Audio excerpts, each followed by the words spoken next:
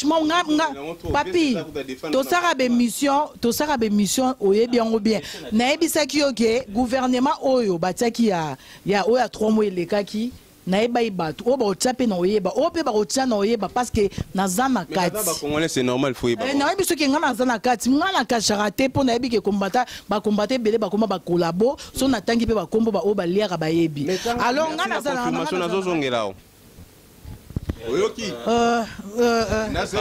mais non. Yo bengi mutu oyo yebiso to préféré benga Martin Sali. Mutu oyo a mise en examen parce que kena collaborer na M23. RCK Montolongo lae. Atikala na RCK Tas Bolingo. Comment rotina na benga mutu RCK César ngadi bo bosali bosali nelo ni bosali na komba. La nitango biso to bana ko bunda yo zaina yo msuna jalelo na katakini. Yo zaoke no luka ba mission ba yemba yo. Ozaina na kata ba ambiance wana. Mais biso to bundi po. Papi so totali benga na ya poto liboso na ona vana na poto liboso na okende kin nazo kende nazo kende maramna na okende musala. Te me yo zoloba ba jalelo te o zoloba. Nga enga na sola na sola na ba kimbuta na sola ba musicien. On comprend? Tant biso tozo bunda yo zaina na ba musicien. Ba musicien ko sa na ba musicien. Donc Bruno Tshibala azali premier ministre ya ba congolais à part kaza viena yo yango no kendo yamba bino mutu bo changer discours biso na badani bokumbi banda to banda musala na biso ti lelo to changer te la preuve to yamba batu ya pe perdre pas au mon image au total de zalaki mutu après perdre et empêcher biso te lelo to yamba yo combattant donc biso to changer te bino nde na combat bokomi ko changer tango par rapport à ndenge bana tango kombe bana idée le début fana encadrer yo na recadrer yo na makamoko lobaki tango kombe bana dani bokombo tikala ko salati ya César bandaki masolo koko sa TV César kolobate ya César vio avandio César ngadi to bandaki komba bato ba pesa biso visibilité bato ba mona biso ba comprendre sens ya combat na biso ya Roger Bongos César Ngadi Avandiawa na Adilondole. C'était ces trois-là. Mais non, mais c'est César Ngadi Abi Rotanga. Ben heureusement. Donc ils a carte à RCK, résistant, combattant, na Monikombo Nayo. Après fonction ali coordonnateur donc politique. Donc ça veut dire qu'il faut nous coordonner à Bruno Tshibala sur un rapport. Non, on a benga batu nazo lukana s'arranger. Mais on qui a confirmé yo, na lobby a confirmé yo qu'il est d'accord avec moi. Na kogi go benga ebele oh na lobby. Mais non ba combattant pozo benga baza ba combattant penza oyo penza to mona ke ba combattant parce que yo benga ko kene ki sasa leki na ye ba osale lorote. Bengela biso bien Bokechu Selezino bengela biso ba combattant Odon Abungazana. Donc Selezino na combattant. Doazana. Na mo bobe c'est une émission. Mais non, mais si yo n'importe qui, mais non, mutuna mutu, azana jarna ye ya défendre combat. Mais mutuna mutu azana jarna ye ya kanda na ye ya combat. Ye pas azana kanda ya combat yango netinda ka lo bandengwana. Donc yo siko donc combat ezali na classe mo ba côté la rango aux yeux diplôme na soko komi combat n'importe qui a combat combattant. Neti to moni ba maman bazalia. Les lopeso bango combat intercombattante bayaka tozaka na Mercure obi otiki no mamba combat Daniel zo kende kini brancher nga na zo akini ya César Ngadi aza témoin ko nga na te papi ozana statut qui combattant ozana ka net ba odombo ozana niveau ka ya bongo papi volcan olobango tozaka na Mercure oyebisinga na brancher yo ozonga la biso na loba yango César Ngadi ozali oloba yango te ngai bayaka ba série azongisanga na kini te yebite yo beta tolo to na combat ngoto yebi batu musu banda combat na Paris avant yo bazali Pierrot Itela c'est un frère Pierrot Itela ye okutanga na combat banda kotanga ba kombo na epsa bango na za pasteur na bango na bana webso ndingi baya mutonga na kutana na combat na Paris muto bandi phénomène avant il comme un phénomène combattant Jean-Paul Kassindi violande mutabane mouvement d'association ya militer contre le pouvoir en place. Après tant Jean-Paul Kassindi toyo kanité ba dissident c'est Salimi toyo kokende na kuta Belarmé wa ditungi saswana. Bon mais c'est ça. Hein? Et ça la kuta biso et ça la uta na RCD Goma. na rébellion baboma pe bandeko soki bato bayeba ete esalo auta na RCD Goma baboma bandeko esalo toye koyeba na ntango azaki na inir ya professeur Boyenga naza pasteur donc na robanda jeunesse ya komba tina apocalypse Edi Kapunji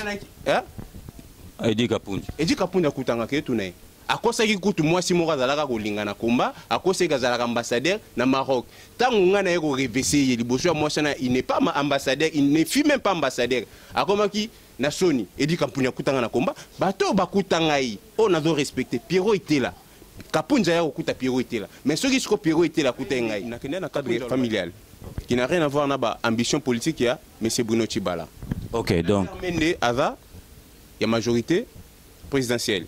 Majorité présidentielle. Mais est-ce que Volcan, donc au Kogi expliquer Bissot comment vous pouvez soutenir un premier ministre nommé par le président Kabila et ne pas soutenir le président Kabila lui-même parce que Bruno Tshibala, bah, qui est na président Kabila aux contre. Donc yo ozo soutenir président Kabila zanezike ozo liama qui ozo bosana soso. Donc mais le nada modéré il faut n'apporter solution na maramne surtout oyo bande comme sous baza ba ignorant. Aujourd'hui nada suis ignoranté na lobi na kosolana batunyo se voir même ba mission na solana bango to poni Congo. Mais muto bandaka makamye ba association ko militer contre pouvoir en place ezaki Jean-Paul Kassende. Après Toponi Congo le mouvement est au Salé Belé. Le Pierrot était là-bas, si Matoponi Congo avec Jeunesse Code.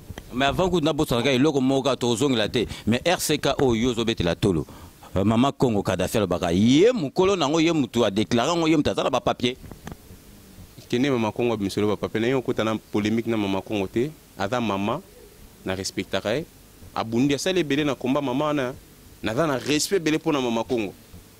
Le bagaye mutu a créé azana ba papier muta déclaré on a préfecture ezaye tokinaka kosenga Mama Congo adresse pour bacha mouvement RCK Daniel Mondengi pas Mondengi Volcan ici au Mondenga qui ici expliquer pour bato bayoka na bundela mboka te alors zala calme papi soko bundaka ya solo mosenga inga Pierre te azongiso na Kinshasa olobi o changer batu bazoloba nazoloba ngo ya ngai papi vol na lobi a papi vol ko olobango ozobanga poza combattant osenga nga OK ozonga Kinshasa papi yo senga numéro ya Pierre te jamais de la vie na tikala ko senga numéro ya mutana ngai papi vol quand on azonga pasteur Moki azawana a bien branché, bien placé. Nako que nous sommes à passer mon pour nous Kinshasa. Ngana journaliste au bakangi, ba bete bambata batiki li bumpolele. Ngana que c'est un journaliste na même Medani. C'est le monde à l'envers. Quand on kuta na kingana yo, na lobby to kuta. Ah grand et ça là le te pour ça l'appel le na combat so total bien papi Volcan. Na gare de Lyon au Senganga tozara na Césanga dit tozana journaliste Pierre au Senga au Zonga. Mais wana moni donc Dani azana position na et à côté pouvoir Volcan peut à comment côté na côté pouvoir donc vous comprendre que ba comment soit na bango beaucoup de sangate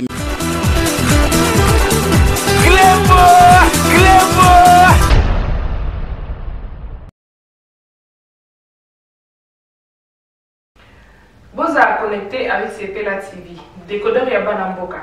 85 livres le décodeur, peut 4 mois il y a offert. Après ça, 15 livres par mois. Boza, il y a en direct du Congo Kinshasa. Boza, il y a Mboka de la diaspora. Il y a sport. Et aussi, il y a Bana aussi YouTube Nakati. Simplement pour 15 livres par mois. Pour l'ensemble de CPLA TV, c'est très simple. La site n'a sur internet. Bon, on a des détails. Vous devez faire un transfert international avec le Big to Iban. Votre Angleterre, c'est simple, vous transférez car un compte Nabiso. Pour ce moment, c'est CPLA TV à Vinon Lélo. Du nouveau sur CPLA TV, Numérica TV, Kin 24 et Soli TV. Salut et bienvenue sur cleboaoriginal.com. Merci de votre fidélité. Aujourd'hui, nous recevons dans cette émission l'un des piliers du combat à Paris, Mutu Oyo Penza, Abanda Combat na Paris. Donc, mes périodes où batu belé bazali ko critiquer, or combat ezali par rapport à Yendenga Lobi, il faut évoluer. Azali trop critiqué dans les réseaux sociaux, c'est la raison pour laquelle nous allons co-présenter cette émission avec Dani Bokombe pour tout naïe, ma question au bino bozolo kako tout naïe mais bozali na occasion ya tout naïe mais on préfère toujours tous à l'intéresser mais y est aussi planaïe parce que azali na langue de boîte et puis azali numéro 1 ya ba combattant na kati ya Paris à pouvoir ango et puis ceux qui a prouvé ango mutu asalakaye contradiction azate. Donc comme je disais tout au début de mon intervention, je suis pas seul, je suis avec Dani Bokombe Tchounami, la femme du patron, journaliste sans Kissi.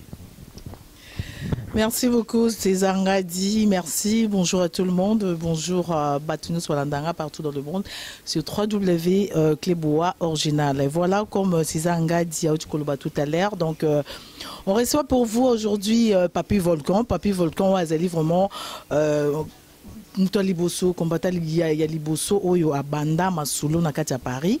Donc, et tout le monde est d'accord parce que c'est vrai, exactement qui est au bois qui est flair, mais c'est comme ça.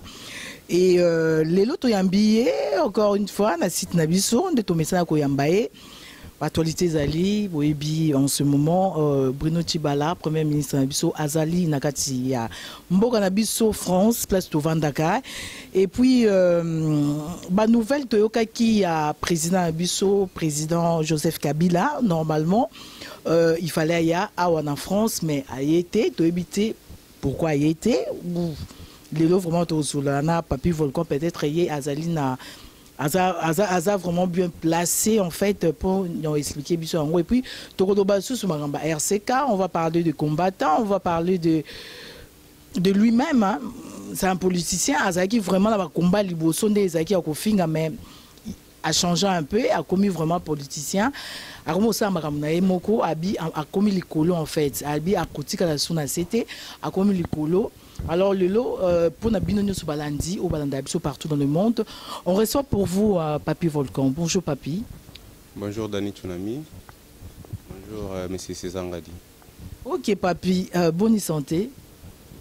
Santé ça va, nous sommes en Angolie en Zambie, à Zobatela. D'accord Papi Volcan. Les Toyambio, encore une fois dans l'émission na Bisso en fait, Toyambo Touzana et César. Papi Volcan yebisa biso to bandana to kotaka na ngomba moko parce que izoloba trop na ba internet bato bazoloba bazobenga bino mosala na Papi Volcan émission tala Papi Volcan azarane collabo parce que tout le monde qui déjà na Moïse Katumbi ndenga kendaki kokendaki tina Suisse lelo vraiment tout le monde a quand même ba photo mais Papi Volcan lelo ministre Nabiso Aoutikoya premier ministre Nabiso Bruno Tibala aye nakati en France mais c'est bizarre bon ba combattant pe ba ki oyambaye parce que toyebi ke bosso ezalaki bato ya pe perdre bazoya bata pouvoir bazoya bazobundisa bango bazobeta bango mutakalize tout ozoyo quand même sikoyo ba combattant bakomi ba collabo bakomi koya koyamba baketi koyamba Bruno Tibala yaki yopo zalaki mais ba combattant musu pe bazalaki. Merci tout d'abord nandenge bo yambinga na plateau na bino. Et je dirais que je ne suis pas sur ces plateaux pour me justifier à quiconque. Combat, il faut évoluer. J'ai fait de la politique. Et dès le début, j'avais dit à mes frères combattants et mes sœurs combattantes que je vais apprendre de la politique et je vais faire de la politique. Et pour faire de la politique, je ne suis pas obligé de me justifier devant quiconque pourquoi j'ai rencontré un tel, pourquoi na monalina oyo. Non, combat, il faut évoluer. Non, aux autres, c'est justifier. Oui. Quand tu es un homme politique ou pour public, tu es obligé. Vous êtes obligé parce que tu es combattant pour que nous bêta. Il y a pouvoir ailleurs. Aza ministre comment il y a ministre premier ministre Aza muta Kabila il y a pouvoir. Mais pourquoi vous combattez que vous soyez OK Hollanda, OK neko bêta mais Hollandi au yepena drapeau ya Congo. Déjà pour ton information sur que bimsa image parce que les gens d'hier au lobby ba lobby. Au jour d'aujourd'hui na ningara lobby un tel muta lobaki. Parce que sur le lobby ba lobby c'est comme du vent. Ça rentre dans tout le monde. Dans le lobby ça rentre dans tout le monde du vent. Ba lobby nani alobaki. Aux chroniqueurs musical, chroniqueur politique. Faut savoir l'investigation. Koya raté que ba lobby Zala na preuve. Papi, tu as des preuves, tu as parce que Zala qui roule au bâté que Zala. Laissez-moi le temps de parler. Pesanga 2 minutes, on peut soit à 20 minutes d'année, tu n'as mis au Lobano, nous sommes au Lobano. Mais oui, parce que R. Yozo Loboza qui te aux zones de Toko Sabato Zala. Na lobby, Pesanga 2 minutes, on peut faire 20 minutes. Au Loba, oh, nous sommes besoin au Loba. Oui. Au jour d'aujourd'hui, j'aimerais bien que les gens m'attaquent par des idées ou avec des arguments solides et que ces gens-là mettent leurs arguments au grand jour. Chibala, ngana Pierre T. Wa wangana gi yesu tango soso lele 3 fois wangani yesu non. Nako wangana Chibala te. Bruno Chibala, c'est mon vieux. Avec lui, nous avons des relations d'un grand frère avec son petit frère, ou d'homme à homme. J'ai fait de la politique, j'ai de côtoyer tout le monde. Kozala opposant Yamutu, tous en France. Oui, effectivement, moi, je suis botami soga bani koko la banda na couche, après la tikilote, après la ti pantalon. Mais nazala ki moi na banda na couche. Lelo na comme na pantalon, na otika la na ba attitude na zaï na otita na zaï na couche. Ça veut dire quoi quand tu dis que aux zaï na couche ou comme collé, au tiki combat à refinga à robeta, ou comme politicien ou lui aux ala na ba relation na batu ya pouvoir. Non, c'est pas question que vous avez relation avec votre pouvoir. Je suis de l'opposition et j'ai fait de l'opposition contre le système Kabila. Donc, vous avez l'opposition et le but est qu'il y a qui n'a songolo pakala. Bruno Chibala, que les gens acquisent aujourd'hui comme étant traître, il est de l'IDPS. l'IDPS. Les gens qui sont en train de m'accuser, de m'insulter sur l'internet. Tant que qui m'osite na bonani na Bruxelles, c'était normal pour eux. J'ai vu Fonjawa Zosa là-bas, émission, la série continue sur Papi Volcan. Bon, soit dans la besoin ça la baise. Toi et banana sima comme Papi Volcan. Je lui accorde. Je lui conseille. Et puis quand tu dis que Nanyo Binoti Bala Azaï Azam Moutaï DPS, Azalaka Moutaï DPS. Mais non, Azasou Moutaï DPS, c'était pas si Aza traître à trahir IDPS, à comment naïe na pouvoir, à comment premier ministre à pouvoir Azasou na IDPST, il y a César Azosa Racine parce qu'ils ont choqué, il faut l'oba. C'est là où on a lobby, il faut ça la investigation. Ce qu'on sait l'investigation comme une information sur la source. Au ça va déclaration parce que la déclaration va que Bruno Chibala va na IDPS. Est-ce que le Congrès IDPS c'est Salim Babsa ko balongo Bruno Chibala? Non. Il est toujours de l'IDPS et le gouvernement est Bruno Chibala parce que j'étais combattant, oui, je le suis. Mais aujourd'hui, on a changé cap. J'ai fait de la politique. Papi Volcan, les longs de Mozoloba, bon, biso to yebi ke pondi Chibalazaki na IDPS à Longwe. Yo ozali combattant, oza politicien. Donc les lots au travail no pe na gouvernement ya président Kabila alors parce que R ozali pe na combattant, tu es un politicien de l'opposition. Au travail na gouvernement où ils sont en place. Alors, par exemple moko. Papa Tshisekedi dès son vivant. Qui ngwazali en opposition, qui ngwazali président Sénat. Mais bah va na table mona qui ngoba sola. Bazali batumoko. Si on parle de Papa Tshisekedi batumingi baebi ke Papa Tshisekedi azaki nae abana ko solo la Papa Tshisekedi manda kala a solo la nae na abanda solo na Mobutu abanda ko zo mbongo azaki nae toujours donc côté kuna azaki nae azaki muto opposition mais azaki nae toujours Papi Volcan lelo peut avoir droit nae ada opposant surtout Azan a droit à la rémunérer na Katamboka. On comprend. Mais au jour d'aujourd'hui, je pense que cap au Nganazui et au lézé Msusu Batum Susu, ba inconscient PR, ba o balini bazo refuser ko bimsa, objectif na bango au grand jour. Nani na vetikala rap psychana. Naza partisan polémique té. Naza pe na besoin au kota na conflit na mututé. Koli hein. Donc, nasi na koli. Nazo beta ce qu'on a cour des grands. Pour des grands posés sur l'an du monde, Bruno Chibala. Nasolana Moïse Katumbit. Comme ko solane ka po ya ki batino so de ba kendaki, yo po kendaki ko se vanter te ko solana e o kendaki ka ande ba kendaki. Yo pe kendaki en tout cas pas vu. Ça la polémique na comme on bon bref ngana za partisan polémique te. Nakina na conférence à Mukwege na da collabo. Nakina conférence à Katumbi na da collabo. Ceux qui pe na kendaki ya dokolo na da collabo. Na da ko kende IDPS na da collabo. Laisser le temps autant faire son temps et bateau benganga collabo batalanga ba jijenga dans les jours à venir donc naza membre ya IDPST naza combattant vous imaginez yo mona batu muto asali révolution pour muto soit diriger muto asala la révolution pour yé moko diriger eloko oyo abundelaki nakosala révolution te mpo bato mosusu baya kodirige ngai.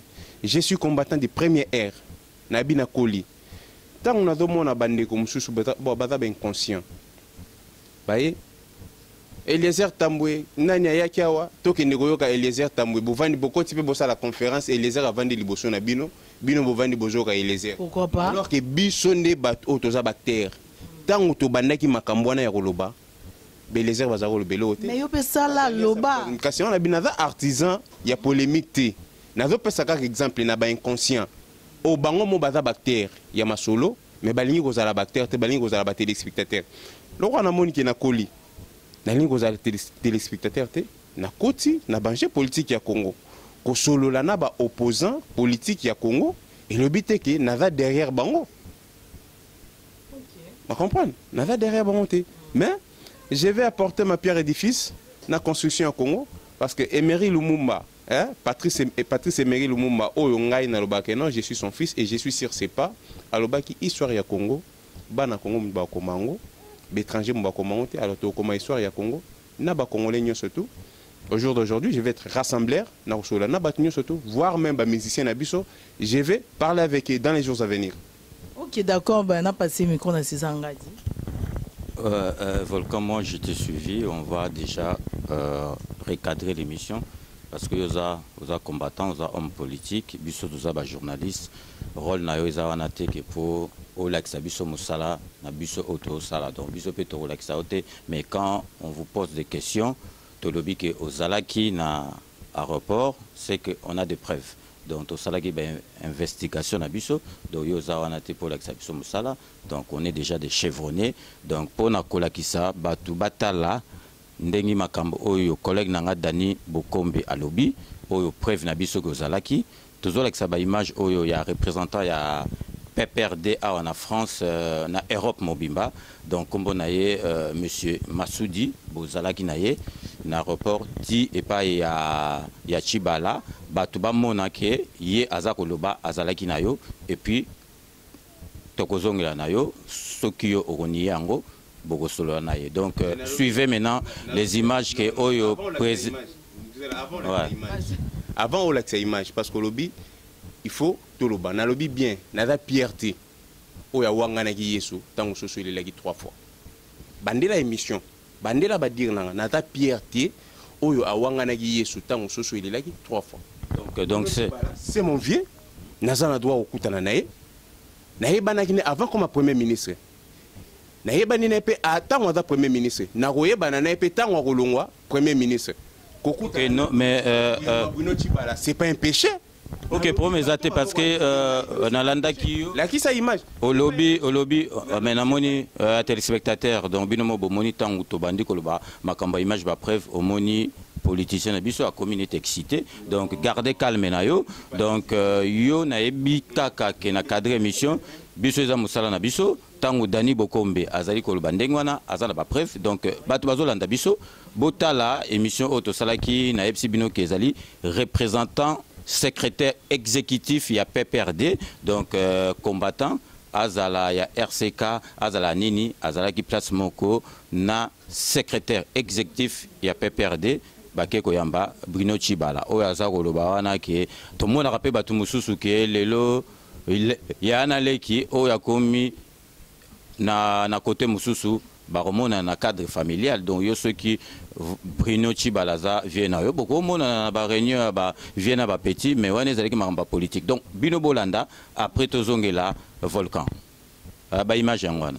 J'ai trouvé nos compatriotes et combattants à l'accueil de l'arrivée du Premier ministre. Donc si on comprend bien, ces combattants ont une certaine collaboration avec le Premier ministre? À ça, je ne sais pas. Je ne peux rien vous dire parce que moi, je suis de la majorité présidentielle. Je suis allé à l'aéroport parce que je suis congolais. Et le Premier ministre est le Premier ministre de tous les Congolais. C'est tout comme il pouvait y avoir les gens de l'IDPS avec leur calico, des trucs comme ça. Moi, j'avais le mien. Donc... c'est parce que je suis nationaliste, patriote. C'est pour ça que nous sommes allés accueillir, disons, être à l'arrivée du Premier ministre.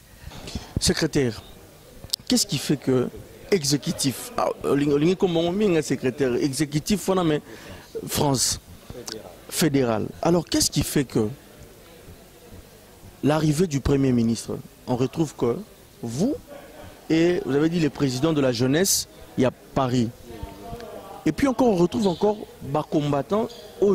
Combattants sont des gens qui viennent toujours avec du désordre, ce sont des gens qui veulent toujours taper les gens qui sont au pouvoir au Congo, parce qu'ils ne partent plus jamais au Congo. Alors, mais je suis surpris de savoir qu'il y avait des combattants, mais ces combattants, vous avez les drapeaux, il y a peu perdu, vous avez un drapeau, il y a Congo. Et puis Bruno Tshibala est arrivé, essaie un peu de nous expliquer un peu. Mais vous savez, moi je ne vais pas rentrer en profondeur concernant les combattants. Les combattants sont des compatriotes. S'ils étaient là-bas, moi je les ai trouvés à l'aéroport. Je ne sais pas comment ils étaient là-bas et pourquoi ils étaient là-bas. Moi je suis congolais. Je suis allé accueillir le Premier ministre du Congo comme étant patriote et nationaliste. Donc, question des combattants aux côtés du Premier ministre, ça ne me regarde pas. Personnellement aussi, entre vous, est-ce que vous ne vous dites pas que non, voilà, vous n'avez pas eu peur de la présence de combattants? Parce que vous savez bien que les combattants sont des gens qui réagissent. Mais quand vous nous dites que non, vous avez trouvé des combattants, donc c'est qu'il y a une certaine entente entre vous et les combattants, c'est ça? Non, le PPRD n'était pas venu pour les combattants. Le PPRD est venu pour accueillir le Premier ministre de tous les Congolais. Donc, question combattant, moi je ne peux pas entrer en profondeur parce que je les ai vus et puis c'était tout. Ils ne m'ont pas agressé, ils ne m'ont pas parlé autrement. Est-ce que vous avez connu au moins quelques figures de ces combattants que vous avez connus là-bas? Vous avez vu personnellement? Parce que ce sont des patriotes congolais. Mais oui, comme qui? Oui, je les ai vus. Comme qui? Il y avait Papy Volcan. Ok. Ouais. Il y avait qui encore? Puis l'autre, là, je ne connais pas son nom, mais il y avait... Mais il y a Papy Volcan que vous avez retenu? Oui, que j'avais retenu. Il parlait aussi bien avec le Premier ministre? Je ne les ai pas vus parler avec le Premier ministre, mais ils étaient là. Ils applaudissaient quand le Premier ministre est arrivé? Mais pourquoi pas? Parce que c'est le Premier ministre de tous les Congolais. Na plateau Nabiso, donc comme je vous disais, plateau ezali ngana Dani, mais Dani tellement zali na moto makambo volcan lobaki au monique volcan sur la parole sur se défendre était à quoi ou quoi sur le monique Dani Bokombe à s'interniser qui est belé na micro pour à contredire bon oui comme on a dire il y a PPRD il y a muta PPRD donc yo moko volcan sur au lobini mais nabi naza PRT. Pour n'avoir un aïe sous temps, ce soit les 3 fois. Je suis clair, comme l'eau de la fontaine. Bruno Tshibala, c'est mon vieux. Naïba Nagine, avant comme Premier ministre, Naïba Ninaï, tant que Premier ministre, et Naroye Bananaï, tant que Longwe, Premier ministre. Ok, donc c'est quoi? Présence Nangaï, l'aéroport, et d'apécheté. Moi, je suis pour les changements. J'aime pas pour les changements. Gouvernement Bruno Tshibala, gouvernement social. Je ne défends pas son gouvernement. Mais c'est mon vieux Toye Banakinaï. APK, président APK. Parce que j'entends les gens m'accuser sur l'étoile, il y a Internet, Banine Bazoloba. Président, il y a APK, Action pour le progrès au Congo. Grand frère n'est propre. Raphaël Loulou Luangi. Loulou Luangi. Aza conseiller, il y a M. Kabila na Kinshasa. Donc, à l'occasion, tous voyez, mais Volcan, Yomoro lobby qu'il ne faut pas accuser les gens, tous voyez, tout retourner parce que au combattant va combattre. Cela ne lui octroie pas les droits que yé grand frère Nazala Kuna, yé Kotoyo, Azala Saint-Pierre. Donc, si on comprend bien, donc. Potolette Saint-Paul. Lorsque Efonja, Azoro Kizengaï, comme quoi, Volcan a trahi. Je n'ai trahi personne. J'aime pas pour les changements. Donc, tu as occasion, Volcan, tu as occasion, il y a cause, et Fonja, tout tourner la question, mais on comprend bien, Volcan. Donc, on comprend bien. Donc, calmez-vous, donc, tous à la calme, tous en attend, parce que la communauté excitée, bonabo. Donc, si on comprend bien, Volcan Zali, un combattant modéré. Donc, Volcan Azali na position T. Donc, même des personnes qui awa boye banagi na quartier moko, Volcan il est prêt, il y a aucun doyamba même dans l'aéroport. Wana za selon ba dire na yo. Mende na ni de près ni de loin. Mais na biso ki boye bana ki doyo keneki na rapport na cadre familial. Mende na kende na cadre familial qui n'a rien à voir na ba ambition politique ya monsieur Bruno Tshibala. OK, donc Mende ava ya majorité présidentielle. Toko la majorité présidentielle. Mais est-ce que Volcan, donc Okoki ko expliquer biso comment vous pouvez soutenir un premier ministre nommé par le président Kabila et ne pas soutenir le président Kabila lui-même. Parce que Bruno Tshibala, nommé qui est le président Kabila aux contre. Donc, yo ozo soutenir président Kabila, ça ne dit que ozo liama qui ozo bossa na soso. Donc, on peut expliquer bisoté. Non, mais makamolobi na moni pena question na eza pena na nzela te pourquoi? Parce que moni au pese exemple ya maki. Maki soki panza ni banda epesa ravité, mais maki panza na kati yango mte epesa ravi. Moi na soso po abima apanza liki na kati abotami. Mais soko panzi liki na libanda po bimsa moi na soso arobima ya kokufa. Bref, par là na ingolo bana nini. Na ingolo bake Bruno Tshibala a été nommé par les accords de Saint-Sylvestre. Et l'accord de Saint-Sylvestre baba premier ministre Akoutana opposition. Non, c'est même accord Wanezala qui bien, mais Bruno Tshibala abima qui na accord wana. Mais la preuve, mais non, mais toko tu côté après Kubosana, la preuve, Batu Balinga qui peut président Kabila nommé Félix Tshisekedi. Tant au président Kabila a tchaki accordé président Félix donc Tshisekedi abimate ata Bruno Tshibala soki accord wane salamaki soki batchaki parce que président Kabila mutu andimaki batchaye donc là tu peux pas nous dire le contraire. Na habité ceux qui maramo na zoloba nazo prêcher na désert na lobby bien na chepe mai na monoroté na chepe mabanga na monoroté. Bruno Tshibala a été nommé par les accords de Saint-Sylvestre. Qui dit les accords de Saint-Sylvestre? Bruno Tshibala est de l'opposition. Bruno Tshibala a été nommé par les accords de Saint-Sylvestre. Ngai n'a pas défendre Bruno Tshibala. Il a pris ses engagements politiques qui n'ont rien à voir avec mes ambitions politiques. Ngai n'a pas défendre mes frères et combattants.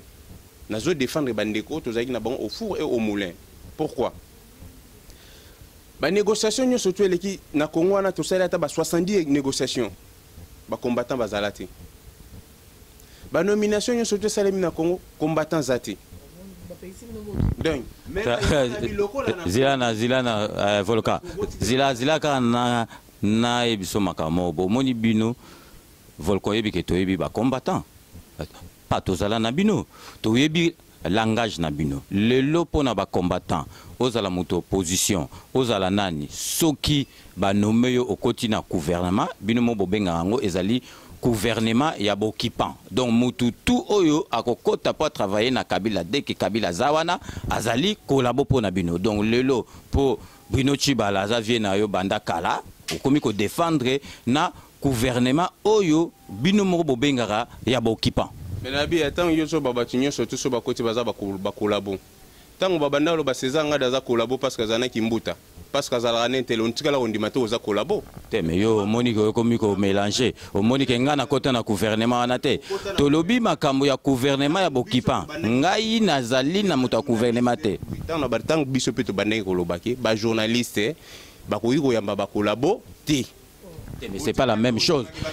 Non, c'est pas la même chose parce que ngai journaliste nazali awa na koki ko yamba yo mutu ya RCK lobby na yambi mutu mususu do netinga na zalia na koiko yamba mutu ya IDPS lobby na yambi mutu PPRD lobby na yambi mutu RCDN ezali musa na bino nde ba combattant na l'air wana yo changer bino ba combattant na l'air wana boyeba ki musala na bisote yango na bomanda ko compliquer biso la preuve yo changer au lobby ke au commune yo politicien au comprendre que donc Bruno Tshibala azali premier ministre ya ba congolais à part kaza viena yo yango no kendo yamba bino mutu bo changer discours biso na badani bokumbe banda to banda musala na biso ti lelo to changer te la preuve to yamba batu ya PPRD pas au moni majorité totale de zalaki mutu après perdre et empêcher biso te lelo to yamba yo combattant do biso to changer te bino nde na combat bokomi ko changer. Mais dès les débutants au Bandaga, mais c'est César nga d'Abi Rotanga. Ben heureusement. Il n'a pas de carte wana. Donc les cartes RCK résistant combattant na moni kombo na yo après fonction zali coordonnateur donc politique. Donc ça veut dire il faut nous coordonner à Bruno Tshibala sur un rapport. Mais non, surtout j'ai fait de la politique. Politique dans Zategana Solana Messingadi, Tona Solana Dani Tsunami, Tona Solana Babé Masomona Château, Tona Solana Odombo. Mais si tu as vu Batumso RCK, tu as vu Martin Sali, il y a ça d'accord. Ah, donc ben fondateur, c'est un Bengangando. Quoi de père fondateur? Parce que je suis le père fondateur. Le Nabengilo Ngando. Namoni Dani muta sepila na mama ba téléphone on appelle ça. En tout cas, papi faut quand ça muta ba preuve hein. Ah ouais. Mais RCK on débat benga non mais na comprendre raté ka o tikala ka na kati mais bon. Vous avez un téléphone, vous allez calmer. Vous avez précédé. Na précédé, na za attendre.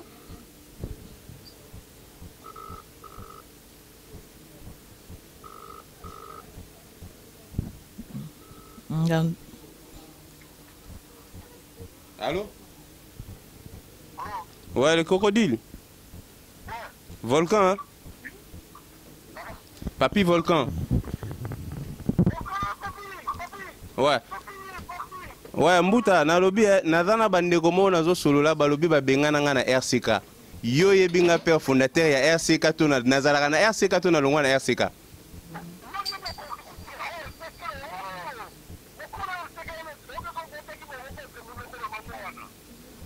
Merci Koulout na confirmation nazo songela.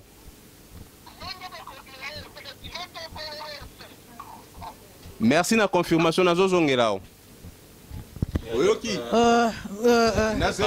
Mais non.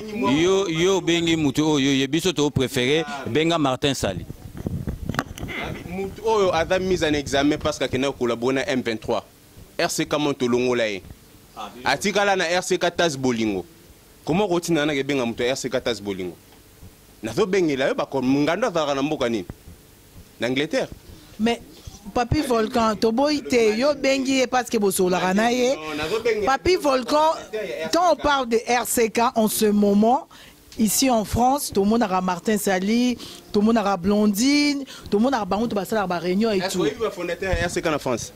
Toyebi, Ozalaki Nakati, mais. Des données Jamba, mon arrêt. Mais Bolongwa, pourquoi? C'est ça le problème. Na RCK Boza. Ceux qui osent l'information à source T. Zala na kimia ya koyoka pour matoi basala pour yoka. Nazala ba information soto benga Martin Sali. To benga Martin Sali a kolobake ba longola bino na RCK. Bon, to longwa na ba RCK. C'est ça ngadi bon. Non. Mais kolobake fondateur ya RCK, fondateur RCK ba longola ote. Ah en France to mona que les peines azali fondateur ya Fonds National. Moi nana ya longola ye, a longoa za susute. De yo pe ba ko longola yo do kolobela biso ka te que fondateur de fondateur. Les peines moi nana ya longola ya fondateur. Quand ça vous arrange, vous donnez des exemples les autres. Ceux qui ont un peu d'exemples, là ça vous arrange pas. Comme nous, ils allaient guiboyer. Maintenant, Nabi Boui. Des données Djamba. Comité des sages, RCK France. Azara Sousuna. S'il vous plaît, est-ce que vous changez comme beauté? C'est un mouvement morotété. Nabi ata au longo la RCK en deux ballons. Au gros, ça a été le moroté. Peut pas commis déjà politicien. Oza combattant moi makasi baebi au banda. Vous pour y battre RCK la plateforme. Et ça ta combo ça ta mouvement le père fondateur nango c'est moi. Yango nazo lingana expliquer yo. Tout ça là sous forme collégiale. Et ça sous forme pyramidale. On comprend? Na peut so bi collège les années pyramidale les années. Donc non. Oui, zéla. T'es aux na crève. RCK tant que salamaki après crève et après RCK. RCK. Mais Nabi est coordinateur, so bengi Matimo sur web sur la sous-souté. So bengi Laurent Bangwa web so il fait pas partie à RCK. So bengi Martin Sali a expliqué biso ndeni volcan à Longola qui est. Ceux qui otuni Dieu donné Djamba, otuni Jean Marimboyo, otuni Mamo Seka, otuni Arafat, otuni Pacheli Mikobi, otuni Benazo, otuni. C'est ça l'RCK France. Bâton surtout basé souté pourquoi? Parce que RCK comme dit RCK tas bolingo. Mais j'ai même plus le temps à revenir dans Bamaramona parce que j'ai déjà nasina coli, n'a avancé. Comment il faut évoluer? Na roti kala na babilo oteka ka toujours ngai to kende boy. Au jour d'aujourd'hui, dans les jours à venir, Boromona mouvement Oedaroya, la nouvelle vague congolaise, qui est déjà en route. Donc, RCK, n'a père fondateur. Soko boti mwana, okoboka mwana, atata muyibi, atata ndumba, atata nyadaka mwana. Donc, n'a ko cracher te sur RCK. Ada mwana oyo ngai na boti. Na yebi souffrance ya mwana wana. On comprend? Mais maintenant, j'évolue. Na rolingate na tikalaka la place na tikalaki ya bakisation. Je suis libre. Merci aux alingi. Je suis libre. Biso comme biso. C'est étonné de comme homme politique un jour président Kabila père Oya Ondo Yambaye donc comme ça bisoté. Mais lorsque tu l'ombotiseke diazo luka contact bazo sur la naïe, c'est pas un péché, c'est normal. Papa naïe banda solo là déjà. Est-ce que vous avez entendu là-bas? Papi Volcan, na otiki le temps mais ngana ina zonga émission moto salaki dernièrement, tous allés à Paris précisément en Saint-Denis. Mais au changé gara mais tous allés à Saint-Denis. Papi Volcan a ça c'était parce que ça fait 10 ans que na ça métier je suis connu. Oui bien ou bien na besoin na ça baisser parce que na ça la émission na ba mikondi. Papi Volcan au salaki émission aza excité. Papi Volcan enga na bandaki bino biso to sala ba combattant. Enga na biso to bandaki makambu biso to zo bino première émission pour ça na Paris avec na biso na caméra na Papi Volcan to ça qui émission dernièrement à Saint-Denis. Au critique qui Bruno Tshibala mais je suis quand même étonné Papi Volcan que OK quand même koyambaye au critiquer na le ministre de la diaspora et monsieur Emmanuel Lunga bazaboye nazaki déçu na tiki ba photo mais na regretté ba image hein ilandara ngana tout ça mais comment m'auto critiquer Papi Volcan lelo sous Hollandi parce que on a besoin poste na gouvernement wana ou bien parce que surtout talimeni rolba grand frère na petit frère ba petit frère ne kutu ya makila mususu o balinga balingi le wana bon balingi pouvoir place à comité ba yakité mais yo yaki côté surtout talibé qui côté politique parce que on a besoin pour glisser parce que Papi Volcan tout le monde qui na c'est ça nga des témoins tout le monde qui na ba internet baba no maki otaki ba photo nazo kende premier ministre nazo bengisanga nazo kende on kende tant que privé à famille ou bien politicien ba peso mon poste aussi sur le basco non si solo ba après au katanga te non kato so il s'agit na kata na kata parce que c'est mission na hote. Merci pour la question une question c'est assez facile pour la Papi Volcan. J'espère que bateau bazota la biso baza bazo baté. Jamais. Oui. Pour ta image au critique. Non, critique te na lobby bien. J'ai soutenu Bruno Tshibala pour la sociale. Les a critiqué. J'ai soutenu Bruno Tshibala pour la sociale. Mais lorsque bazo benga ngai bato baliété. Tindambongo, zongi sabwe. On a famille na bino ba bengo. Dani batnyo surtout ba benga ngana kisa ya famille na ngate j'ai des amis on a kola na bango pe na idara bango. Bato bayebi ko ça teke ba bengo genre ke bato nyoso ba bengo bayebi kuna bazo bengo Papi Volcan mozo tikela ngata na lobate na répondre oka mozo tikela ngata na lobate j'ai des orphelins oyo na idara na Kinshasa ba image ko makala mingi te roya na kopesa bino kleboa bomo na ba orphelin on a saita on a foutu la classe Nathan na kata combattre pour na sala TV. Je vais passer aux actions concrètes. Lorsque social les athées, j'ai pas droit à critiquer. Na France tout le monde na François Hollande tant azaki na pouvoir. Ba tuné ba moné que travail bien, il y a même des gens qui l'ont appelé capitaine pédalo. Ils a pécheté. Ko critiquer ils a pécheté. Donc Koloba qui na do mon social, t'es toujours la sociale. Ça fait combien de mois à la premier ministre? 3 ou 4 mois. Et tant on doit checker ba photo bato beng sanga mais non, ba photo na chango ya kala avant que tu comme premier ministre. Ya komi. Non, ba photo na nazo yango kala avant. Papi Volcan ezaki era komi bato bayebi era komi okomo lo bake vie na ngai. Dani bato bazota la biso. Tango ba nommé Bruno Tshibala. Obenga ngai otunanga wana ngabi non, na yeba na gine banda kala se mauvais. Lobi nazo kende kin brancher ngai.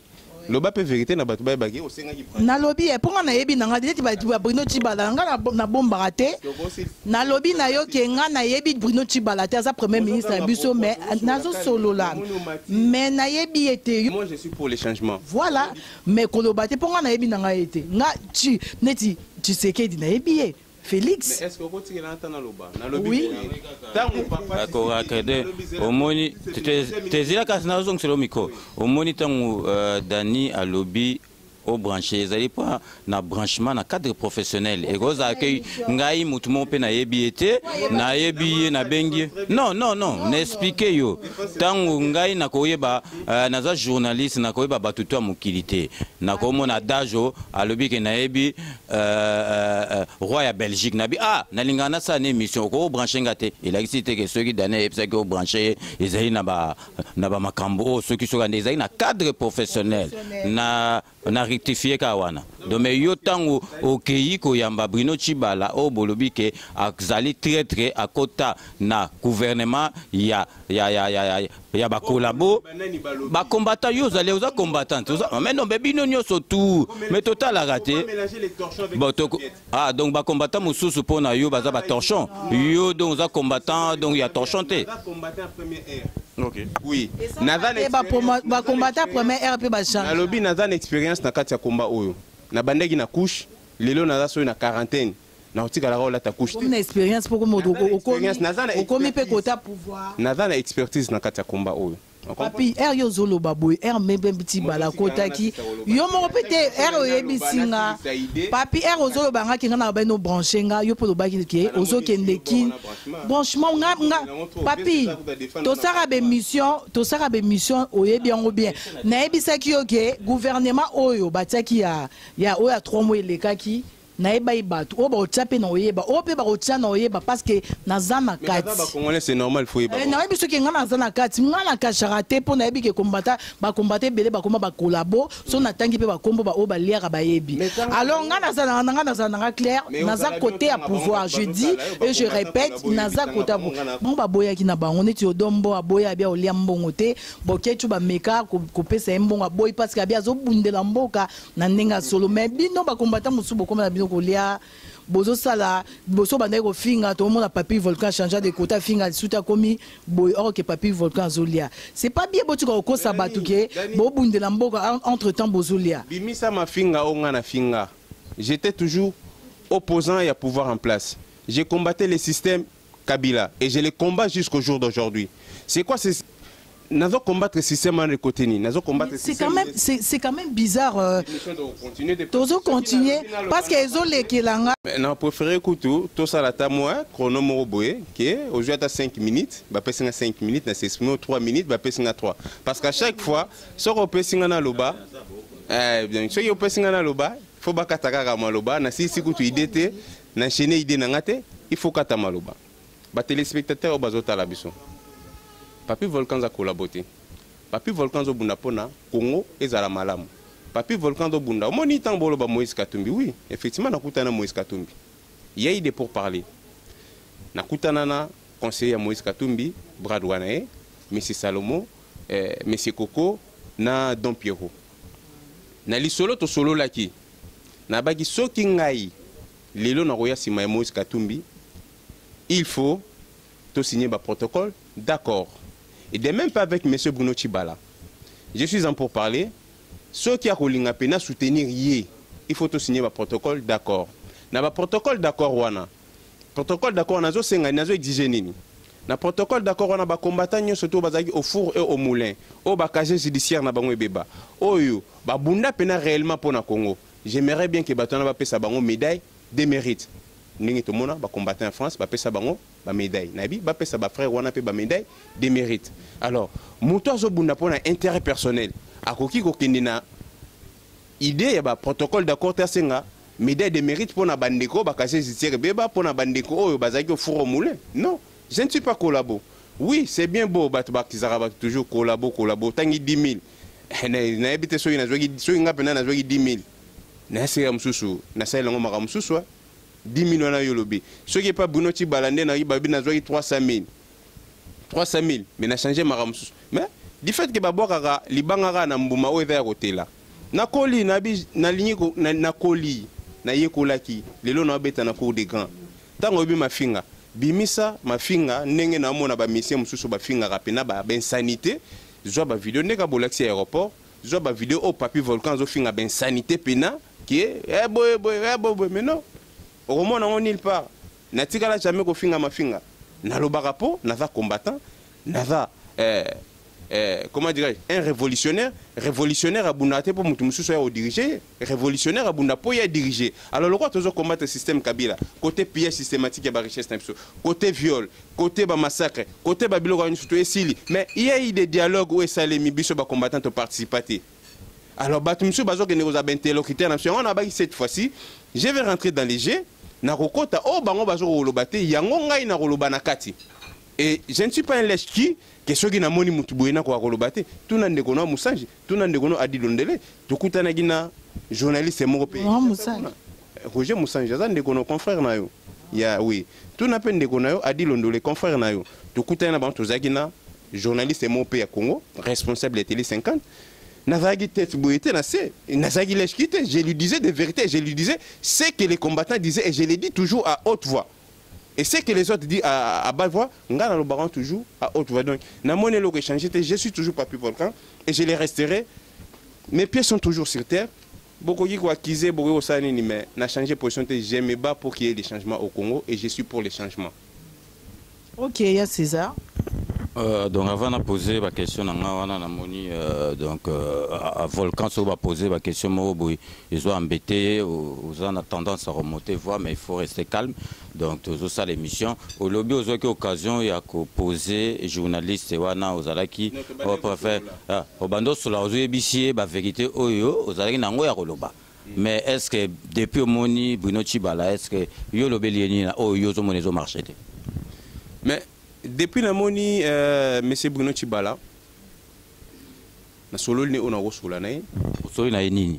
Na ébicier, ba combattant, au bazaki au four et au moulin awa.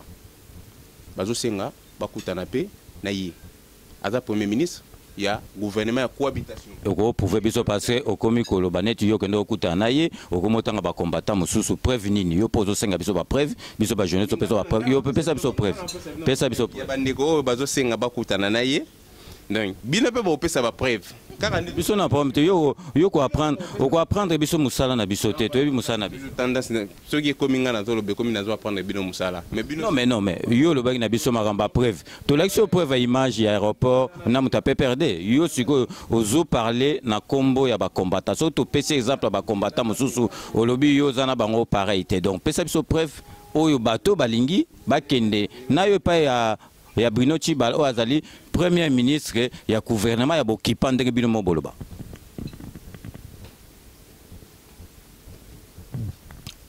Wana zo benga biso. Zera na benga na otanga kombo tanga na benga.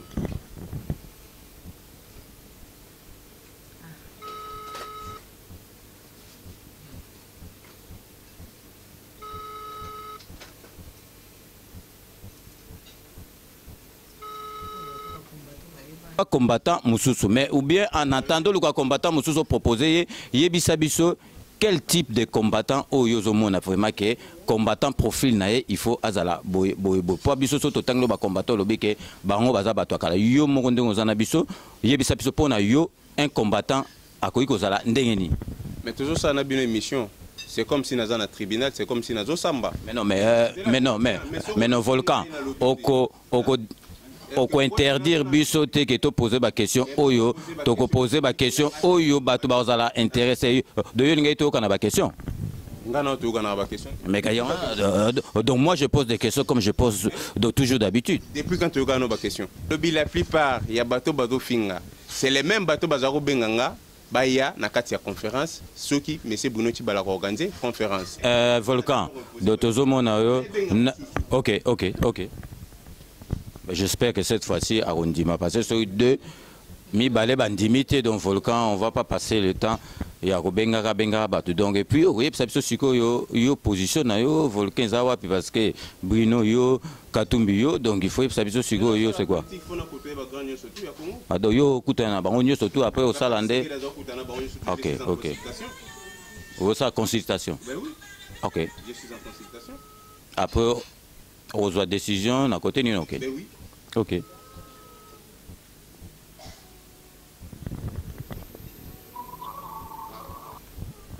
Répondeur. Donc, mais cas pour la deuxième fois. Après, on va avancer, sinon. Donc on est presque la fin. Mais après, il faut que ça puisse quand même.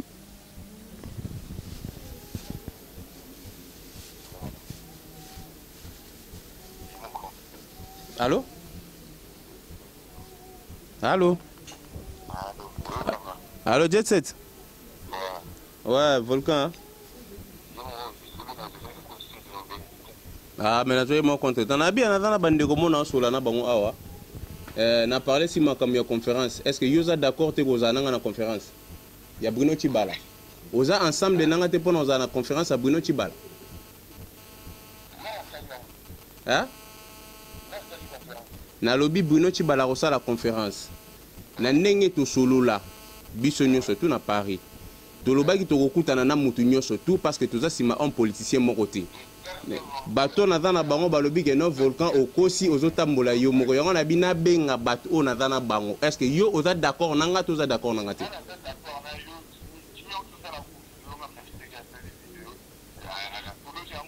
Merci. N'avons rappelé frère, na si ça solana bato na solana, on a rappelé. Donc yoga so mutu alobi mbamo oui okati olinga expliquer bon donc ya za d'accord. Na benga bato na zo lukana s'arranger. Mais oyo qui a confirmé yo na lobby a confirmé yo qu'il est d'accord avec moi. Na koki ko benga ebele oh na lobby. Mais no ba combattant pozo benga biso baza ba combattant penza oyo penza to mona ke ba combattant parce que yo benga ko kene kisasa leki na ye ba osale lorote bengela biso bien bokechu selezino bengela biso ba combattant odon abunga zana donc selezino na combattant do azana na mo bobe psina émission hein. Mais non, mais c'est yo n'importe qui.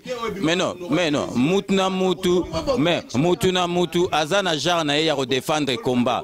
Mais mutuna mutu azana jarna ye ya kanda na ye ya combat. Ye pas azana kanda ya combat yango netinda ka lo bandengwa. Donc yo siko donc combat ezali na classe mo ba côté la rango aux yeux diplôme na soko komi combat n'importe qui a combat combattant. Neti to moni ba maman bazalia. Le lopeso bango combat intercombattante muto pesa banga zate soki no lobi o baza d'accord na ngai ba mama oyo lobi neto vana so to bengi kata mi balé mi set ba so baza d'accord na nga yo no yebi yo ibne baza d'accord bon mama yaka pardon tia mwana mpanzi yaka oza d'accord na nga yaka tia na mwana mpanzi mwana kokota ne mate yaka temele mususu dole mususu arolobango kaka po asala au plaisir arolobale mususu bino ba combattant banga bino le mususu arobanga na non arobanga te aya obino ba combattant bobangisa batu omona mama batu abangi yaka leka boy mama lekela do mama osiko yo bengi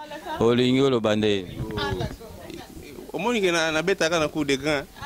Tout le monde est d'accord. Maman, oui, na maramnio son na lobi, vous êtes d'accord na toi d'accord na? Tout à fait d'accord. 100% na ngai. 100%. Na sima na ngai. D'accord. Merci maman ko vanda na. Na l'action déjà qui il a na bateau yo. Baza ko adhérer na makancho na za na ngana combattant na bêtise na munoko. Azo adhéré na combattant oyo soka za combattant lelo soki mutumoko ya pouvoir banomaye na président Kabila o bolba occupant aye awa donc yo na ndengi ya combattant na bato baza na osima baza na obligation baza libre ba ke no yamba ba na aéroport nasi que monsieur César ngadi oza mutumoko tanga oyebi c'est quoi l'opposition et c'est quoi la majorité présidentielle. Toujours émission terre à la terre à terre. Autant oui opposition, oui majorité présidentielle. Mais la majorité présidentielle. Bruno Tchibala, il est opposant, mais il a été il a été nommé par le président Kabila. Donc yo que Bruno Tchibala, nommé qui est le président Kabila. Il a été nommé par les accords de Saint-Sylvestre. Et ça a été que le président Kabila, mais c'est Kabila là, la mouika nommé Bruno Tchibala. Mais non. C'était pas comme ça, c'était par des... Il y avait na liste wana na royeb saoke Roger Lumba la place na liste wana na nani o ya komi mukonzi ya ba opposant na nani o ala tra ba costume na liste o mususu nani o komi mukonzi ya c'est ça ko nani Olenga ko ipa zaki na liste wana nani ben mobaki pa zalaki mais président Kabila a poni mutumoko. Bon, bref, cela n'engage que vous. Ngana Epsogeno, Bruno Tshibala a été nommé par les accords de Saint-Sylvestre. Et mission alternisant sur Bruno Tshibala. J'ai des relations avec M. Bruno Tshibala, qui sont des relations. Oh, mais c'est mon vieux, tu es mais si le ministre des Finances, c'est mon vieux. Au bas, il y a branché au naït. T'as la droite de regarder mes papi. Oui, mais si quand on a un branchement, quand on voit qu'ils ont un Bruno Tshibala, mais c'est pas un péché. L'émission na Bruno Tshibala à Koko Zwape Mutumusu lobby ou aza contre Bruno Tshibala à lobby c'est mais yondengi Bruno Tshibala za viena yo ozaka pourrier ozana du mal. Ya koloba mabe a Tshibala mais yeba ke dani soki lelo ayambi muta Tshibala ayamba pe lobby mutu aza contre Tshibala donc ceux qui donnent au senga au branchement ezali na cadre professionnel ezana makambo na sengo branchement ezap po na ebiete na tikala jamais koyeba le directeur à cabinet n'a été protocole n'a été na ko branché au neni na lobby papi soko yo comme koloba makambo branché na koye biso pe ke yo lobanga na branché yo oloba na branché yo mais c'est Kabila bayaka wa na journaliste oyo nani Pierre bayaka tozaka na Mercure obi yo tikino mamba komba Daniel zo kende kini branché nga na zonga kini ya César nga daza témoin ko nga na te papi papi ozana statut qui combattant ozana ka neti ba odombo ozana niveau ka ya bongo papi volcan olobango tozaka na Mercure oyebisinga na branché yo ozonga na biso na loba yango César ngadi ozali oloba yango te ngai bayaka ba série azongisanga na kilmer te yebite ozobeta tolo to na komba ngo toyebi bato mosusu babanda komba na Paris avant yo bazali Pierrot Itela c'est un frère Pierrot Itela ye okutanga na komba bana kotanga bakombo na epsa bango naza pasteur na bango na bana webso ndingi baya mutonga na kutana komba na Paris muto abandi phénomène avant comme un phénomène combattant Jean-Paul Kassindi violande mutabane mouvement d'association ya militer contre le pouvoir en place après tant Jean-Paul Kassindi toyo kanité ba dissident c'est salimi toyo kokende na kuta Bellarmé wa ditungi saswana bon mais c'est ça hein et ça la kuta biso et ça la uta na RCD Goma na rébellion baboma be bandeko soki batu ba yeba ite et ça la uta na RCD Goma baboma bandeko et ça le toyo ko yeba na netango azaki na inir ya professeur Boenga naza pasteur donc na robanda jeunesse ya komba tin apocalypse et ça dit Kapunji hein Edi Kapunji akutanga ke tunaye akosaki kutu mwasi moko azalaka kolinga na komba akosaki azalaka ambassadeur na Maroc tango ngana ye ko revese ye liboso ya mwasi na il n'est pas ambassadeur il ne fut même pas ambassadeur akomaki na Sony Edi Kapunji akutanga na komba bato bakutanga yi on a doit respecter Pierrot Itela Kapunji ya okuta Pierrot Itela mais soki siko Pierrot Itela akuta ngai Kapunji alobani tanga mususu bato tokutana na bato ngana osala ni na komba ngokasi mais combat lelo évolué et comme ndeni combat et baby par rapport à ndebo bandara liboso combat et baby Dani tango zolo par rapport à ndenge banda tango kombe banda idée le début fana encadrer yo na recadrer yo na makamoko lobaki tango kombe banda Dani bokombo tikala ko salati ya César banda ki masono koko sa TV César kolobati ya César vio avandio César ngadi to bandaki komba bato ba pesa biso visibilité bato ba mona biso ba comprendre sens ya combat na biso ya Roger Bongos César Ngadi Avandiawa na Adilondole c'était ces trois là mais non mais Daniel azalaki na biso mais na ba oyo na te azalaki na biso mais émission bosara liboso ina ebisa oso oyebite émission bosara liboso nga azalaki wana bosala émission na bino liboso ya ba combattant na gare du Nord na caméra na nga première émission na bino bosala na caméra na nga nazalaka na oke de Belgique na tiki ba ya César Papi Volcan to sala yango na Saint-Denis nazo swana te nazo recadrer yo première émission to sala mais Saint-Denis université tango to bimi kutu na réunion batu balobi geno batu balobate j'étais le seul oyo azwaki parole ya kolobana Pierrot Itela nakosi bon nakosi te Volcan to beta tol na combat wana te yo lobi ko banda combat mais biso to zola yo Pierrot Itela na ba combattant mususu omona ke ba robudo baba yo banda combattre parce que yo comme wele lango bon ngana mona yo na combat depuis bon donc pour dire que yo pe ba kondimela nakuta Bellarmé wa ditungi saswana agenda azali tango muzitu azwaki pouvoir candidat keke tozalaki na toponi Kongo nakuta ye nakuta Rifin à tout la Pabo, nakuta bon Christian Ngwange. Milton, c'est des gens qui ont été dans le combat. Milton, Jerry Maeche, Kapita, et ça, tout le monde est dans Toponi Congo. Mais Moutoua Bandara Makamia, l'association qui milité contre le pouvoir en place, c'est Jean-Paul Kassende. Après Toponi Congo, le mouvement est au Salé Mébélé. Le Pierrot était là-bas, Sima Toponi Congo avec Jeunesse Code. Mais avant que nous ayons mais RCK, la Tolo. Maman Congo, Kadhafi, le Baka, yé, Moukolo, Nango, yé, Moutou a déclaré, on yé, Mtata, le papier. Kene Maman Congo, monsieur le papa, na yon kota na polémique na Maman Congo te, ada maman na respectera, abundi asale belé na combat maman na na respect belé pour na Maman Congo. On comprend? Le baraye mutu a créé azana ba papier mutu a déclaré on a préfecture. Ezaye. To kinaka kosenga Maman Congo adresse pour bacha mouvement RCK. Daniel Mondengi, Pierre, pas Mondengi, Volca qui ici, au Mondenga qui ici. Expliquez pour Batubayoka. Maman Congo a mère pour fondateur RCK. Mais non, mais ce qu'a Pessibino adresse, Yoka Volca, Yoka, ce qui va Pessibino adresse administrativement, Moutoua Pessibino adresse pour sa déclaration à l'État, Isaïe. Les alliés ailleurs, mais Maman Congo a dans Mikana ya crève, et ça Mikana RCKT. Bosola naye benga une émission a memelo ba papier au l'accent ba bandeko omoni Dani Bokombe Volca bande to bande émission à respecter ka mutu moko Mama Congo omoni ke Mama Congo ye mutu a déclaré ba makam na bango nyoso Mama Congo na respect na ko cracher sur maman na ta sale belé ko leka ba combattre be na kata Congo na kata combat oh Mama Congo sale belé j'ai des gens que je respecte Pacheli Mikobi je les respecte mais ayesima Ayesima mais je les respecte à sali belé ko leka ya msusu ya kutaki Herba lo baraya César ngadi herba lo bosali be bosali nelo ni bosali na komba la nitango biso to banaye ko bunda yo zaina ya msuna jalelo na kata kin yo zawo ke no ba mission ba yemba yo ozaina na kata bambiance wana mais biso to bundi po papiso totali benga na poto liboso na ona vanda na poto liboso na okende kin nazo kende nazo kende kin nazo kende maram na okende musala te me yo zoloba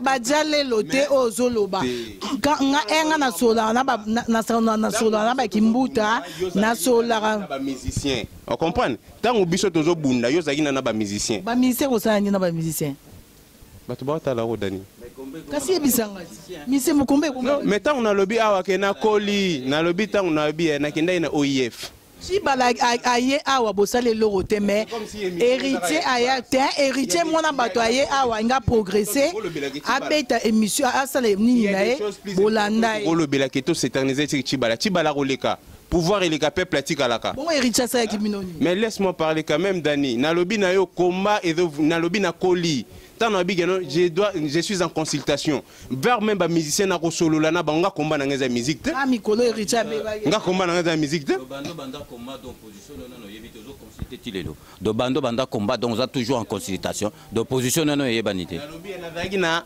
résistance radicale on comprend nazalaki na résistance radicale ça change nazalaki na résistance radicale na koli na comprendre belé batumsu ba ke lo na place na biso alors que biso moko ba vrai interlocuteur autoroki ko lo ba makamoto bundela tozali to kufité c'est là on a lobby je suis en consultation nazo solana batona nyoso tout combat na ngeza musique au contraire na bundela ba musicien zo kufa pauvre musicien et bi place à réclamer droit na été so ba pirater et ça na fond monétaire nini banque mondiale et pesara fond culturel na Congo pour na promouvoir culture ya Congo mais ozalaki ya ba obunda na bi fond wana zaki jour à maramba héritier chose où je dénonce on comprend koloba jour ya héritier na fali oui na combattant yokana psona combattant chrétien à défendre la Bible musulman à défendre Coran, naza combattant, n'a défendre les combattants lorsque les gens crachent sur mes frères combattants.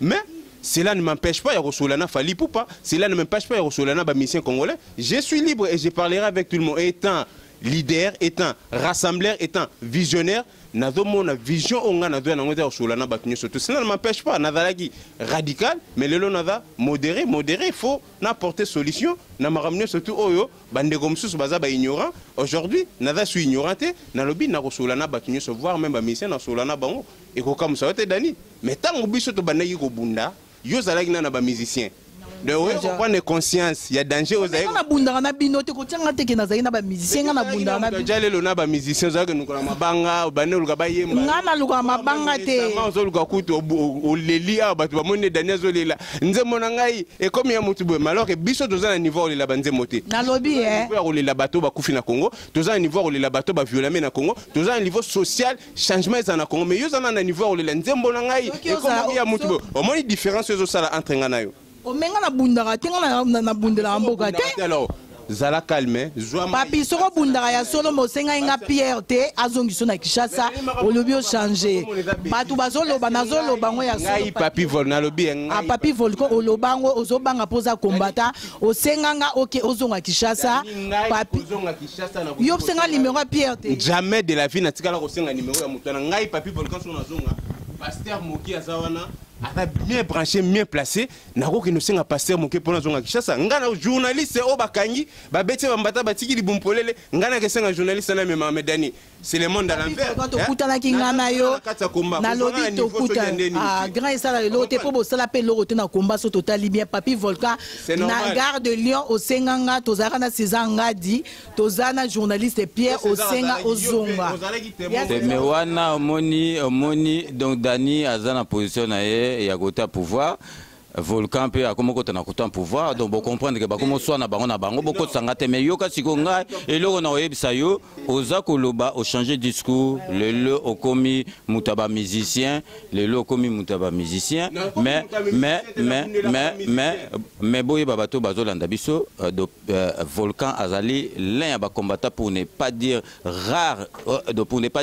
rarissime ya ba combattant oyo première fois ba boyaki concert oyo ya papa wemba na were salama ya badive donc Volcan za mutu oyo akangaki concert wana mais sikoyo na kati après concert wana kaka Olivier Chimanga babotolaki ye guitare na ye na Gare du Nord bayibe bambongo alelaki lelo Olivier Chimanga ayembeli pona mboka lelo Olivier Chimanga ba combattant ba sepeli ndenga ayembeli mboka mais siko bino récompense ya Olivier Zani. Mais koloba ke bayiba ki na ebité ebi ke bayiba Olivier guitare azolela na bambongo ebi yango non ngandongo solo bana ça même na ba vidéo donc oza sous informé ça quoi pendant ndongo lo bien on a plateau donc moniki musana biso za makasi tozo informé makambo yeba gité ceux qui pesa ni motors na lo bandeni ba bref Olivier Chimanga après concert o ya badive bakanga ki na Montmartre Olivier mi bato bakanga concert ya papa Wemba na wera na boya ngote ba image ezali biso to bandai ko bloquer ba concert na Paris Olivier Chimanga c'est un Congolais. Tant Olivier, Azalaka na côté wana. Il y a côté wana. Vous pouvez exemple, bien que n'est pas bête concert papa. Non bête concert pour na musala na ye, akenda ko bête musala na ye, a changé musala ta azai yo ne toza combattant au que oyamba do chiba le monondo. Olivier akenda ko bête guitare na musala na ye aliaka na yango. Na boité dans musala na ye. Olivier Chimanga lelo a prendre conscience que mais ko lo baté kazai côté wana. Non, na lobi Olivier Chimanga, landa maloba nanga très bien. Olivier Chimanga lelo a prendre conscience que chez lui tout va mal. Malgré ça na poto, mais motema Olivier Chimanga ezo battre na Congo. On comprend? De Olivier Chimanga c'est un Congolais. Yango na yembe lobi ba yebisa ye akinde to limbi. Ko yebisa ye akinde to limbi. Etali banga boaki. Ba yebisa nani? Ba ko yebisa Kabila kende. Aussi to lembi bakoyi ko yebisa ilunga akende ministère ya diaspora bazomona musala zo salate mais ceux qui balobina na kende muteli boso alonga Bruno ça peut Bruno Chibala akende donc ezanzembo bayembi na lobby mais c'est mon viata balongo le lobby au kabolanga na été dani ezane sur le relation na Kimbuta ata balongo Kimbuta gouverneur botika la relation na mina bolingo olo ba bolongo la bolingo te bolingo ya ndeni mais c'est professeur patron za la oh tes patrons les a été en tout cas mais c'est Kimbuta za marié ko tia patron na été to comme na suka émission na biso to lobby bon c'est que j'ai compris au commis na kota pouvoir au commis kota pouvoir parce que mutuku to ya Robert ndeza bino Chibala mais bino boki olanderité to comprendre était makasi ba combattre tika la ba musicien ba homme politique ba oya o ba bebisa mboka bo occupé bango te to comme na suka grand pote Césanga du mot de la fin na ba otala biso. Donc vous aurez compris que combat est changé, combat kalezalaki bango tout bazalaki lisanga mais siko combat et comment naba comment dirais-je combat comment naba camp Donc le lot volcan à Rolobali Kambouboé, Bamisusu Barozala compte Bomoni, ceux qui t'ont ématé qui moukié, ils allaient dire qu'il y a échange tout ça là qui, donc mais ils allaient méchanter, surtout tous allaient Congolais, tous au bout de l'amboka, mais tout le monde a qui combat n'engé zalaki échanger. Donc volcan au monito bousquila qui parce que ils allaient ndenge musala na biso et salamaka donc na yebiso lisusu que musala na biso to yebi yango yo pe ki combat na yo yebi yango malgré que au changer au comico yamba ba premier ministre occupation les aga problème des aga changement ya combat donc pour na conclure na pesa quand même conclusion na Dani Bokombe to pesa op quand même hein, mot de la fin hein, Dani pesa pe donc conclusion na biso na volcan na biso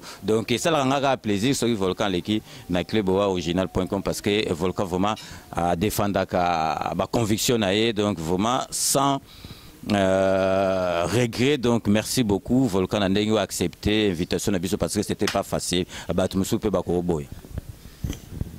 Volcan et puis on a dans ce qui ça combattant a changé de côté. Mot de la fin. Oh, vous avez une question bien au Soukissi. Au Soukissi. Ah ok. Non, je suis toujours combattant et je resterai combattant. Mes convictions, j'aime pas pour qu'il y ait des changements au Congo. On a changé de position, on a combattre tout ce système.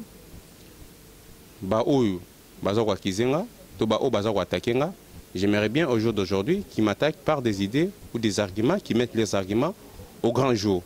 Mais Volcan changé, Volcan a toujours un cap, où il y a Garda, Mobundelia, peuple congolais, gendarme, il y a peuple congolais. Na bandeko nous surtout balandé mission. Vous savez, c'était pas facile. Il y a Ozala devant des personnes basées dans Dieu Makasi, complicité Makasi. Mais vous comprendrez que Dieu Zalagi Makasi, je suis resté toujours droit na ba conviction nanga.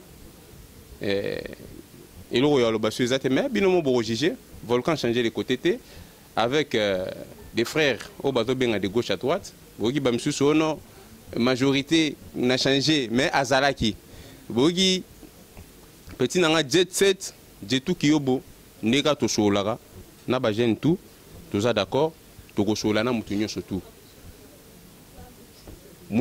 za opposition to solane katumbi abengi biso to solane Kabila bengi non Kabila obenga ngani Kabila mandat ne sosili il faut que to se préparer ne loi mandat na esili to luka candidat na biso ya ba combattant a qui se présenter kuna na parce que on se représenter les sous-souté batu baza s'éterniser si Kabila se présenter sous c'est la constitution se présenter c'est le moment où to ko s'organiser tous na candidat na biso nga Kabila obenga na kesala ndeni ya da muto pouvoir nga na opposition hein tout ça la clair ngai na dans opposition na do bunda pour na changement za na. Bref, je suis un grand descendant du Congo. Na bunda pour na Congo, na bunda pour na batute. Mutu soka sali mabe, nga Volcan étant gendarme ya peuple na obalola mandoki. Donc na changé côté té, na zo bundela toujours ba congolais. Bat oyo bazo croire na combat nanga, bosala nga confiance. Toko joa résultat. Congo eza bisonyo surtout. Congo eza teki bancien bana bancien Mobutu se bakanga Congo ekoma ya bango ezalaka ka bango. Congo ezate ke batu moko baza na droit ya kosolola na batu biso toza na droit te.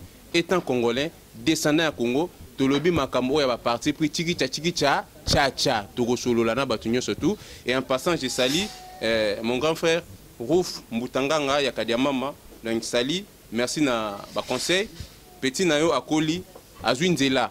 Radicalisme, je ne suis plus là-bas, je suis aujourd'hui, je suis dans moderniste, et puis, nazo bunda po changement dans le Congo, na kosolana batu nyon surtout, ba opposant politique ya Congo, ba politicien ya Congo, na kosolana bango, étant chargé à commission politique RCK Monde, ils ont interdit ngate na kutana ba homme politique ya Congo. Bao balingi kotikala na ghetto, bao balingi kotikala ba ignorant, bao balingi kotikala banani. Botika la place boza nga na kena cour des grands. Ok, cours de grand avec Bruno Tshibala. Donc voilà. Merci beaucoup, merci à tout le monde. Merci Nabatuno Sobazara, toujours fidèle. On a 3W Cléboa original. Na pesi Virami Ami Sibamote. Na pesi na profite en même temps. Qu'on s'appeler mon vieux Rouf Mbutanganga, le premier de la classe Diakada Mama. En tout cas, on a pesi Bambote Belé. Et puis, na pesi le professeur Dazo.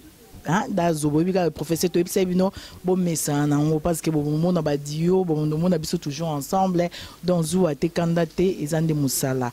Merci le grand pote César Ngadi, hein.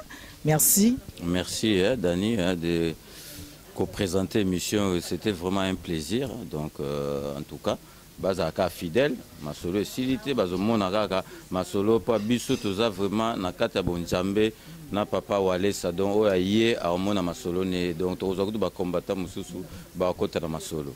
Ok, merci. Na pesi bambote na père spirituel nanga papa Walesa o azongi vraiment na kata kine o asimbinga o vraiment za papa nanga na zolobaki après Jésus et za papa Walesa na lobi on peut na confirmer parce que c'est lui, c'est un serviteur de Dieu moto na nzambe o ya solo papa Walesa donc bientôt na zokende kine moto na nzambe o mama nzambe kokota te yo za mundwanité. Merci beaucoup, merci à tout le monde, à très bientôt. Moto na nzambe papa Walesa babi umela vedi umela quoi. Original.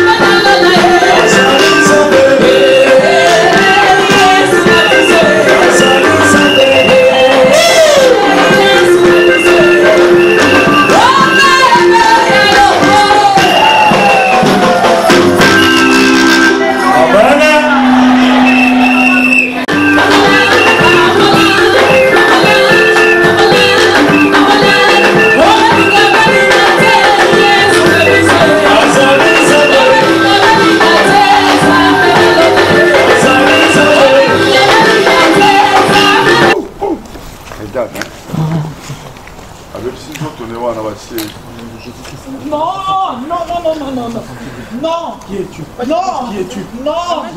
Non. Non.